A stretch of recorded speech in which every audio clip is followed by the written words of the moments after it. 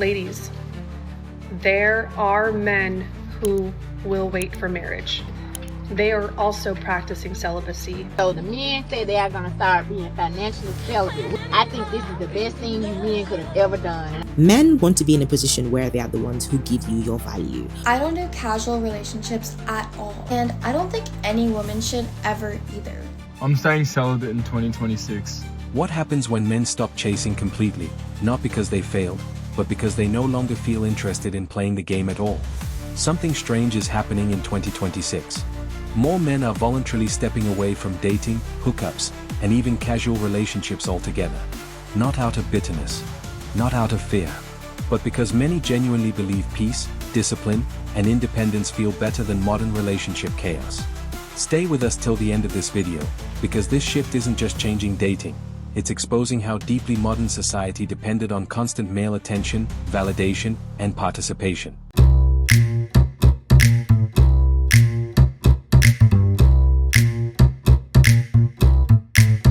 I'm staying celibate in 2026.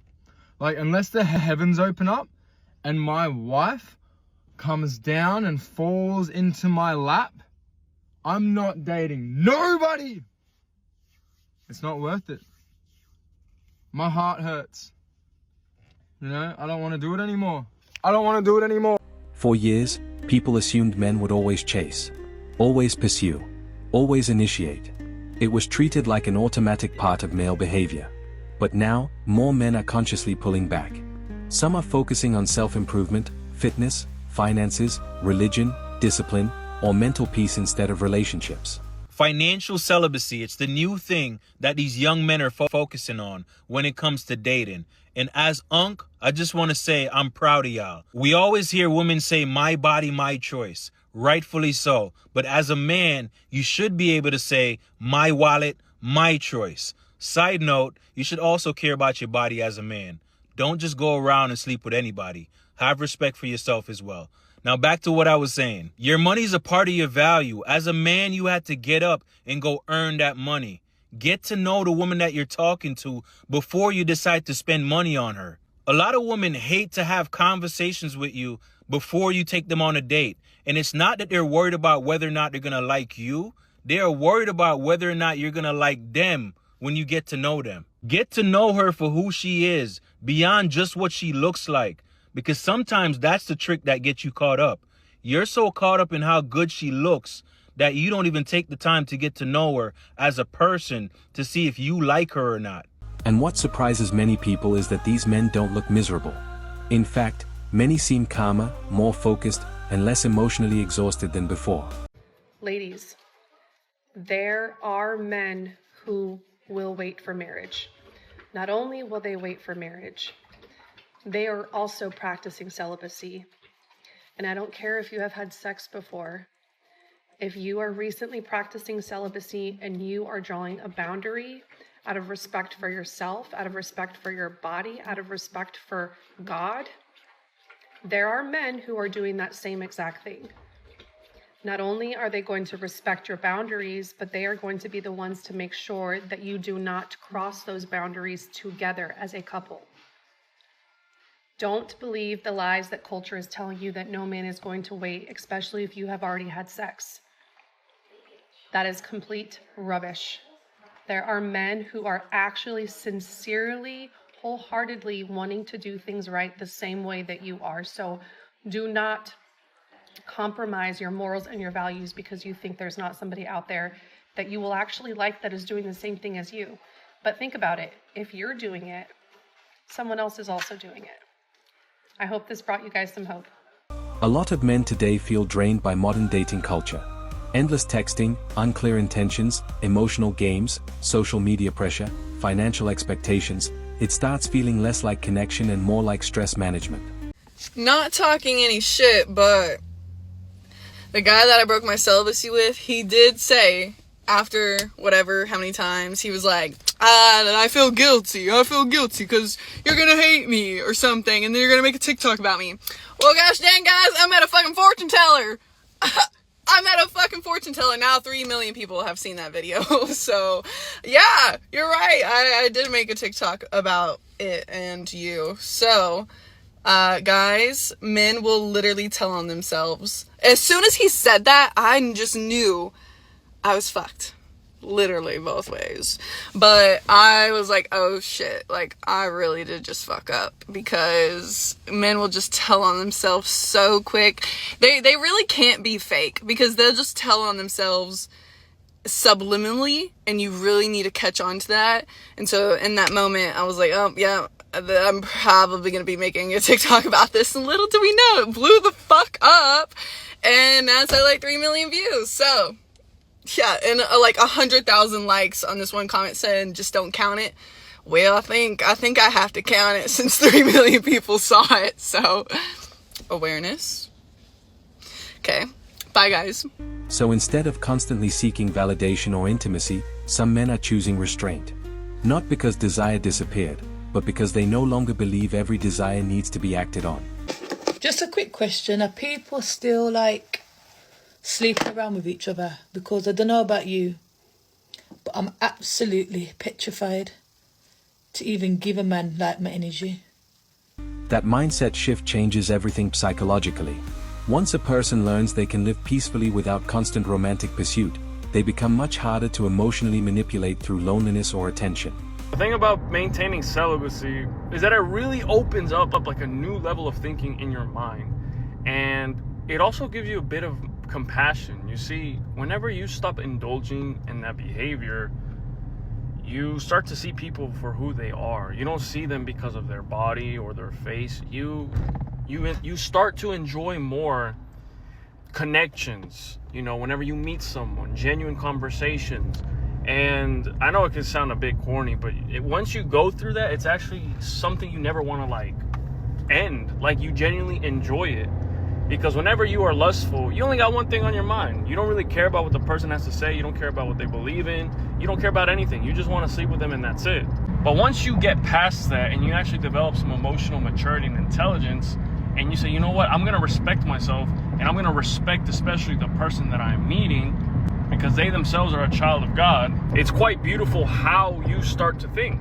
Because now if I'm going to meet someone, I genuinely want to get to know them. Like, I enjoy deep conversations. I enjoy hearing about their life.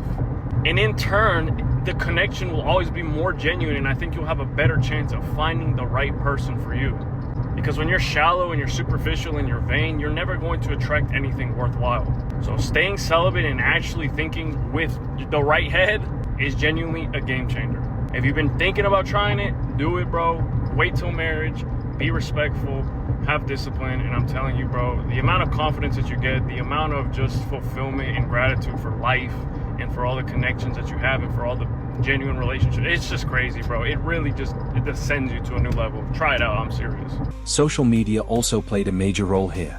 Men constantly see relationship drama, cheating stories, public humiliation, false accusations, broken marriages, and emotional instability online every single day. I don't do casual relationships at all, and I don't think any woman should ever either. When men say they want something casual, they literally just mean they don't find you attractive enough to date, but they are feeling a little bit horny right now. Genuinely speaking, if you put the epitome of their type in front of them, they are not going to be like, oh yeah, sorry Megan Fox, I'm not ready for a relationship right now. If you somehow feel like you are the exception, he's not ready for a relationship, but you still locked him in, you were his fourth choice. He just realized he couldn't get any of those other girls. So if a guy tells you he doesn't want commitment or he's not ready for a relationship, just deal with it by yourself. By continuing to do this casual thing, you're just hurting yourself. There's one specific scenario that casual relationships can work, and that is you don't respect the guy enough to want a relationship with him either. This could be because he's a known bob, but yeah, when someone says that they want something casual with you, take it as disrespect, take it as rejection, because that is what that is. Over time, that creates caution. Many men begin associating relationships with risk instead of emotional safety, and they slowly disconnect from the dating culture around them. It is not Jewish custom. In the book of Numbers, Numbers, it specifically says the woman's allowed to enter into a vow with God. That is the term vow with God for woman is commonly held to be not like that. There was many Jewish communities like that. And in Jewish culture, there is no history at all anywhere of a celibate marriage. It doesn't exist. It's to the point where women consider themselves cursed when they can't bear children. Then why being married? She says, I'm not no man, and she's married. That doesn't make sense. She's not. She's no, betrothed. that's part of it. Betrothal It's is the first. Yeah, she hasn't had sex yet. Wouldn't it be I know not man. I'm not gonna know man. No, in the biblical sense means you had sex. But she's married. She's betrothed. Well, the way she says that in terms of the sentence, Brent Petrie has a great book called Jesus and the Jewish Roots of Mary, where he points out this out. In the way that no man is listed in the Greek, it's no in the total sense. So it'd be like if I said, like my doctor said, you have cancer. I'm like, how do I have cancer? I don't smoke. It's not implying that I'm going to start smoking in the future. I don't understand how. So you're creating the theology off of an implication. And this is it's the phrasing of I know no man in the Greek. The no, I do not know is the words that are used. I cannot remember the word. Are words meant to use in the context of I am not going to. This is not a thing that is an active part of my life or that will continue to be. Well, it's not an active part of the life. That's absolutely. Well, or will continue to be. I haven't read the same thing, so I couldn't argue that. No, I'm just saying that is something you can come to from the reading. Sure, of the Greek. but back to the point, if we're going to appeal to Jewish tradition, which you're trying to do with that, with the foot of the cross in John, Mary and Joseph did not have a traditional Jewish marriage in any sense. At the same time, society still expects male participation. Attention, validation, pursuit, protection, emotional labor. Many social dynamics quietly depend on men continuing to play those roles. Men want to be in a position where they are the ones who give you your value. So I recently made a post where I said that one of the things that I love about living in the UK is the fact that I am almost invisible as a woman and I can go about my life without being approached by men. And this has really helped me as a woman who has no desire to date or be involved with men. And a lot of men have made it a point of duty to remind me of my non-existent attractiveness and how I would regret it when I'm older.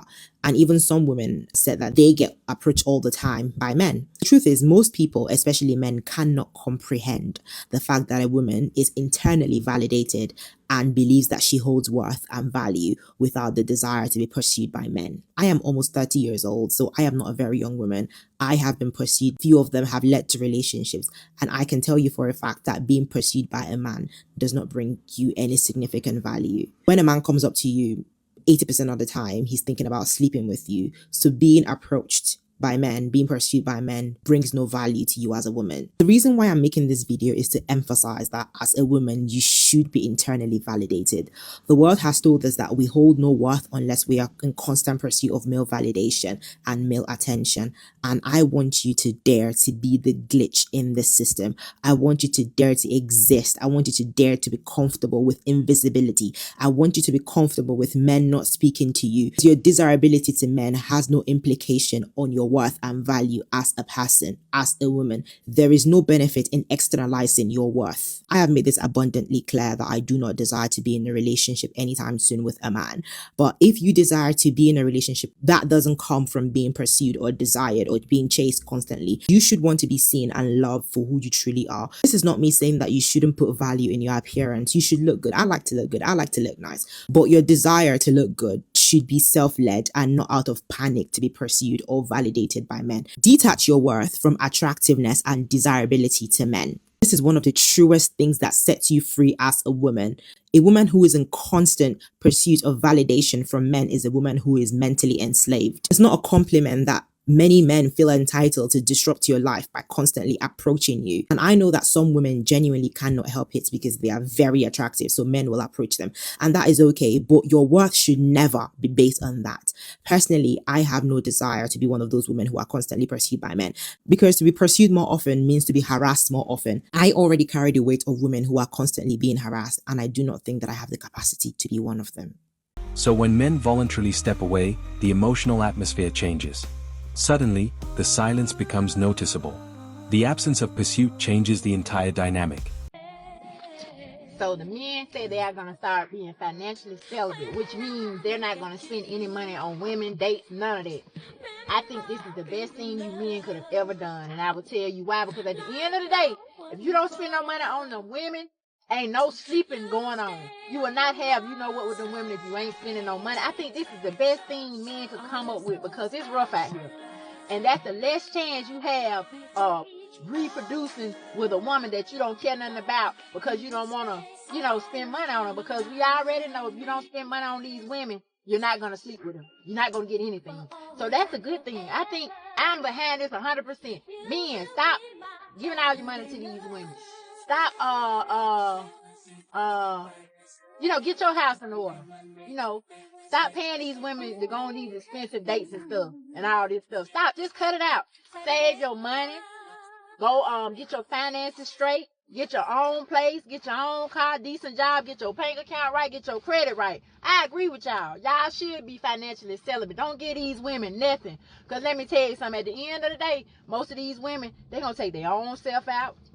They're going to enjoy their own company or their other friends and stuff. I seen a girl and her friends just went and spent about $400 or $500 on a meal and wasn't nobody complaining. So I think that's the best route for men, to be financially celibate until you get yourself together and have something to offer somebody. Because we got to admit, when you go out on these dates with these women, a lot of times you can't afford it. A lot of times these women got more than y'all got. So I think that's a good thing. But most of all, the reason why I like this financial movement, I heard about these men weren't going to spend no money on these women no more, is because of the fact you don't have to worry about all these women having these babies anymore, because it's rough out here. Don't nobody need no whining baby following behind them, paying daycare and all this different stuff and trying to work and being a single mother. So by doing this, y'all are going to cut down the average woman of having to worry about being a single mother. Congratulations to you men. Y'all don't get these women no money, because if you don't get these women no money, you ain't going to sleep with them and they ain't got to worry about getting pregnant. That's the best thing out of her. I got so excited this morning. What makes this situation different is that it isn't forced isolation. These men are choosing it intentionally. They are building routines, careers, hobbies, businesses, fitness goals, and peaceful lifestyles outside of relationships. Terrible thing. 1 out of 2 women who are 30 and younger have no children. 1/2 of them, so 1 woman in 4, will never have a child. And 90% of them will regret it. It's involuntary. It's like involuntary childlessness rather than involuntary celibacy, on the male side. It's a catastrophe. And the deeper message here isn't about men versus women. It's about emotional burnout, changing incentives, and a generation questioning whether modern relationships still offer enough peace, trust, and balance to feel worthwhile. At the end of the day, voluntary celibacy isn't just about avoiding dating. For many men, it represents control, discipline, emotional protection, and freedom from systems they no longer feel emotionally connected to. Men stopped playing by the rules, and now everyone's freaking out. Let's break down why silence has become the loudest move.